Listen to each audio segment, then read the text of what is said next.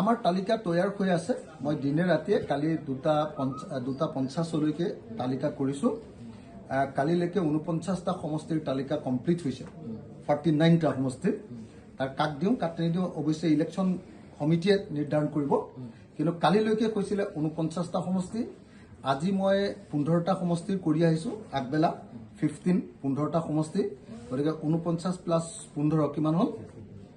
64 64টা সমষ্টিৰ এতিয়ালৈকে আমাৰ তালিকা প্ৰস্তুত হৈছে, কিন্তু এতিয়ালৈকে ইলেকশ্যন সমিতিয়ে কেণ্ডিডেট কনফাৰ্ম কৰা নাই। ক'ত দিব ক'ত নিদিব, কোনটোক দিব কাক দিব কনফাৰ্ম কৰা নাই। কিন্তু মই ভাবোঁ যে আমি বিজেপিক পৰাভূত কৰাৰ কাৰণে কৌশলপূৰ্ণভাৱে নিৰ্বাচনত প্ৰতিদ্বন্দ্বিতা।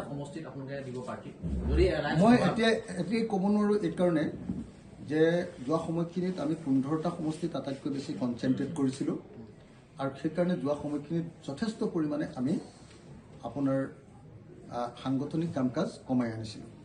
কিন্তু তাৰ পাছতো এতিয়া দেখিছোঁ যে আমাৰ নতুন এখন সম্ভাৱনাৰ দুৱাৰ, বিজেপি কংগ্ৰেছ দলে বিশ্বাসঘাতকতা কৰাৰ পাছতো নতুন এখন সম্ভাৱনাৰ দুৱাৰ ৰাইজৰ দলৰ কাৰণে খোল খাইছে। ৰাইজৰ দললৈ নতুন নতুন মানুহ আৰু কোনো দলৰ গোটেই চেটৰ সৈতে নতুন নতুন মানুহ আমাৰ ৰাইজৰ দলত যোগদান কৰিছে বা যোগদান কৰিবলৈ আগুৱাই আহিছে। গতিকে সেইবিলাক চাই আমাৰ টাৰ্গেট যে যদি কংগ্ৰেছৰ লগত ঐক্যবদ্ধভাৱে ইলেকশ্যন খেলিলোহেঁতেন 4টা বা 5টা জিকিলোহেঁতেন, এতিয়া আমি 5টাৰ পৰা 6টা ইলেকশ্যন জিকিবৰ কাৰণে 6টা চিটত অন্ততঃ যাতে জিকো তাৰ কাৰণে কাম কৰিম, 1 নম্বৰ। 2 নম্বৰ 6% ভোট যাতে কনফাৰ্ম হয়।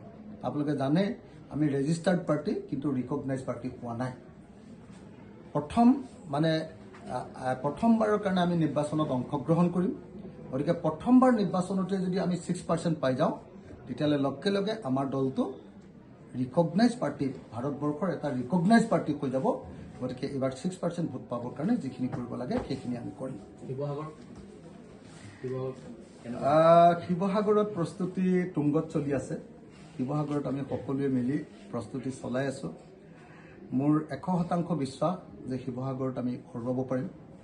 বিজেপিয়ে যদি কুশলদৰী বা জয়ন্ত হাজৰিকা নামৰ হত্যাকাৰীজনক দিয়ে, তেতিয়াহ'লেও মই হৰুৱাই দিম। তেওঁকতো কোনো শিক্ষিত মানুহে, জ্ঞানী মানুহে, জনা শুনা মানুহে ভোট নিদিয়ে। গতিকে তেওঁকতো হৰুৱাব পাৰিম, তেতিয়াহ'লে আমাৰ কাৰণে আটাইতকৈ ভাল। আৰু যদিহে অসম গণ পৰিষদক এৰি দিয়ে, তেতিয়াহ'লে প্ৰদীপ দাকো হৰুৱাই দিম। কাৰণ প্ৰদীপ দাই নিজৰ আমগুৰি সমষ্টিটোকে বচাব নোৱাৰিলে, এতিয়া আৰু তেওঁ নিজে লাজ পাব লাগিছিলে শিৱসাগৰ সমষ্টিলৈ আহিবলৈ। প্ৰদীপ দাই অসম চৰকাৰৰ পৰা পাইছিলে আমগুৰি ভৱন বনাবৰ কাৰণে কেইবিঘামান মাটি। সেই মাটিকণো আকৌ তেওঁ কোনোবা মাৰোৱাৰীক বোলে দি দিলে। এতিয়া বোলে কোৰ্টত কেছ চলি আছে। গতিকে যিজন মানুহে নিজৰ সমষ্টি বচাব নোৱাৰিলে, যিজন মানুহে আপোনাৰ আমগুৰি ভৱনৰ কাৰণে পোৱা মাটিখিনিও বেলেগক দি দিলে, সেইজন মানুহনো কোন মানুহে এই শিৱসাগৰ, ঐতিহাসিক শিৱসাগৰ, সন্মানিত শিৱসাগৰ সমষ্টিৰ বিধায়ক পাতিব?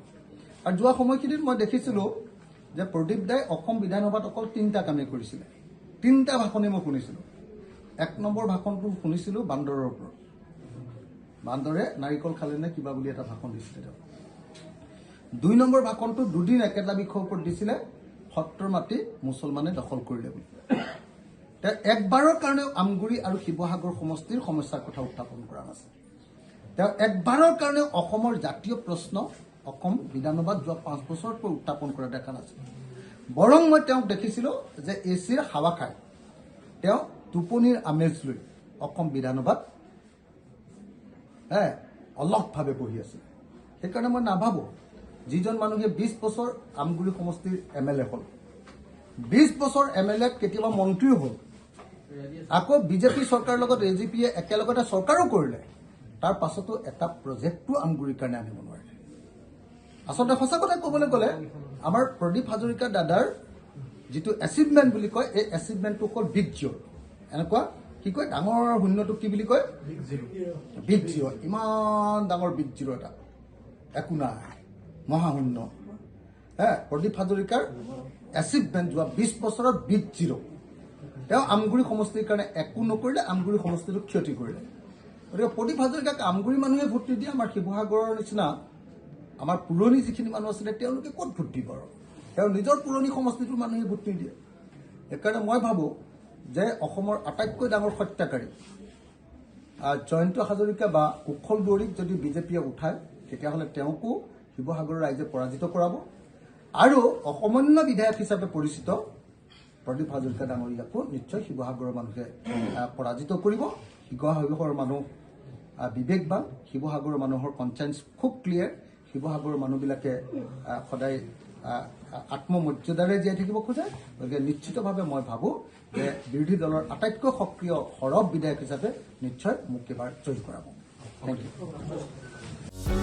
যিকোনো খবৰৰ বাবে যোগাযোগ কৰক আমাৰ এই নম্বৰত 9181 307 2221